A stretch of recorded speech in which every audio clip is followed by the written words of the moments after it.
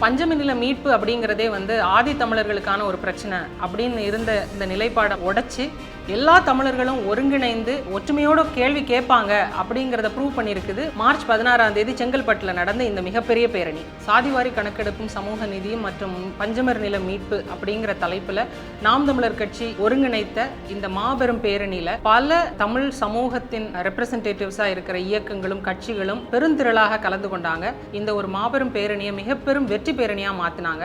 ஒழுக்கமான ஒரு பேரணியாகவும் அதே நேரத்தில் பெருந்திரளான மகளிர் கலந்து கொண்ட ஒரு பேரணியாகவும் அமைந்திருந்தது. பேரணியிலையும் அதுக்கு பின்னாடி நடந்த பொதுக்கூட்டத்திலையும் இந்த எல்லா சமூக கட்சியினருக்கும் இயக்கங்களுக்கும் ஃபேர் ரெப்ரசன்டேஷன் கொடுத்து அவங்களோட கருத்துக்களை பதிவு பண்ணுறதுக்கான ஒரு வாய்ப்பாக இந்த மேடை அமைஞ்சிருந்தது. இந்த சாதிவாரி கணக்கெடுப்புங்கிறது தமிழ்நாட்டு மக்களுக்கு எவ்வளோ முக்கியமானது அப்படிங்கிறத கொண்டு போகிறதுக்காக தான் நாம் தமிழர் கட்சி இந்த ஒரு பேரணியையும் பொதுக்கூட்டத்தையும் நடத்தினாங்க.